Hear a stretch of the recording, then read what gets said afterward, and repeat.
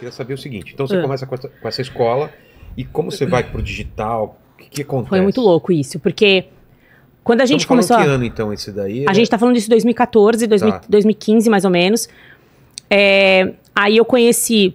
Eu me separei, conheci meu atual marido. E ele falou assim pra mim, ó, não tem condição das pessoas assistirem as suas aulas do lado de fora de uma sala de 12 metros quadrados de pé, porque elas querem fazer aula com você e não tem espaço aqui. Você precisa melhorar esse serviço aqui. A experiência do cliente tá péssima.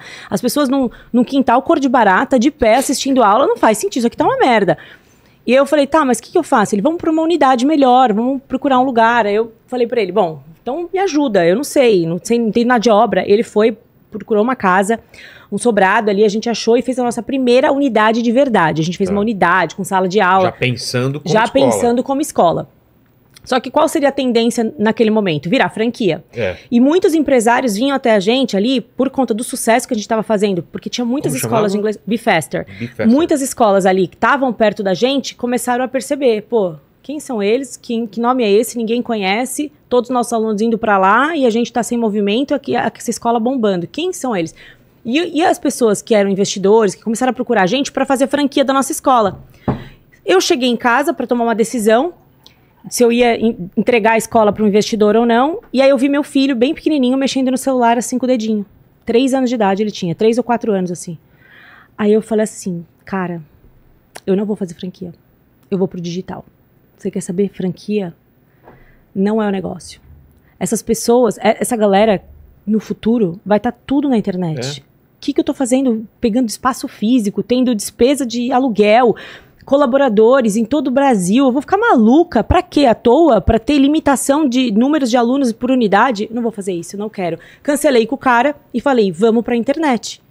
Como que a gente vai? Não sei, não sei nem... O que tinha na época? Não tinha nada. O Instagram era forte ou... O Instagram era, mas eu não. Tá. Eu não tinha nem seguidores, não tinha nada. Ah, entendi. Eu tinha uma aluna que ela tinha bastante seguidor e ela sempre falava, você tem que ir pra internet, você tem que ir pra internet. E aí eu fui fazer uma mentoria com o autor do livro Segredos da Mente Milionária. Ele veio pro Brasil, eu fiz uma mentoria de 3 dias com ele. E aí eu conheci ali uma galera que trabalhava muito com o Érico Rocha.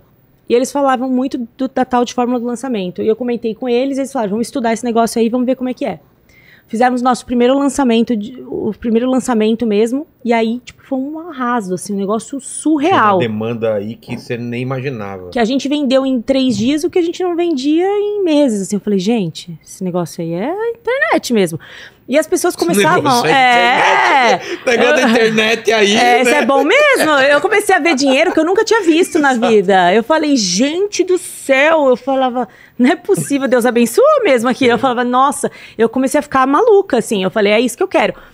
Só que eu só trabalhava de noite, pessoas do Brasil inteiro, do mundo inteiro procurando, quero fazer aula com você, quero fazer aula com você, quero fazer aula com você. Nisso, pessoas famosas começaram a procurar.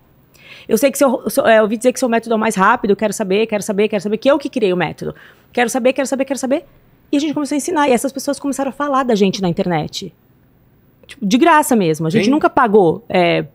Fala do meu nome, nem tal, nunca foi uma publicidade.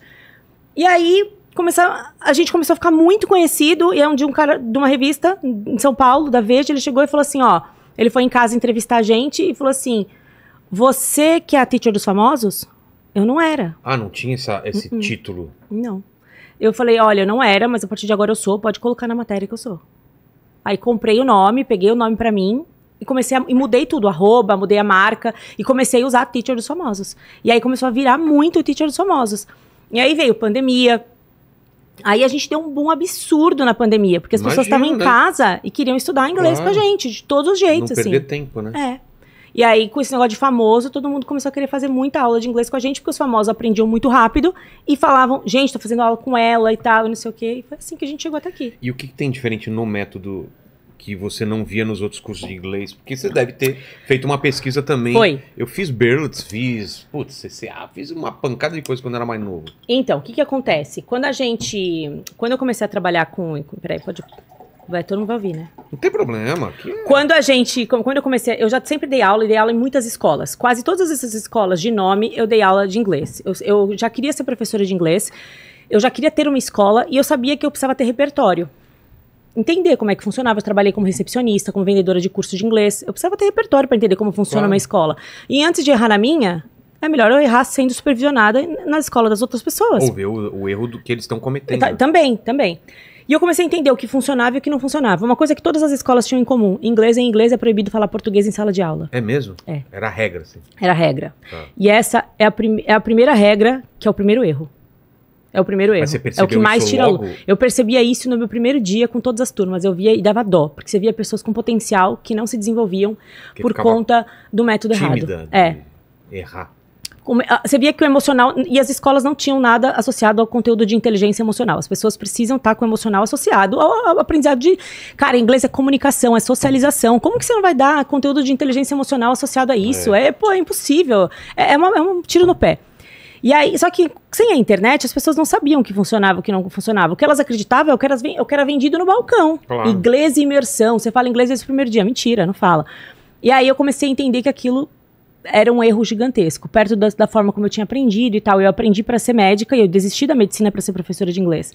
E aí eu falei assim... Você aprendeu em escola tradicional? Não, eu aprendi eu tentei em escolas tradicionais, não funcionava para mim, jogava dinheiro fora. E quem me ensinou em português. E eu me apaixonei. Eu me apaixonei enlouquecidamente. Eu falei, eu vou dar aula de inglês. Eu quero muito aprender inglês. Eu vou dar aula de inglês. E eu aprendi tanto com essa mulher que eu falei assim, eu vou dar aula de inglês. Eu vou dar aula de inglês do jeito que ela faz, eu vou melhorar esse método dela, esse esquema dela, porque ela não era boa com pessoas, ela era boa de inglês só, ela tinha didática, mas ela não era comercial.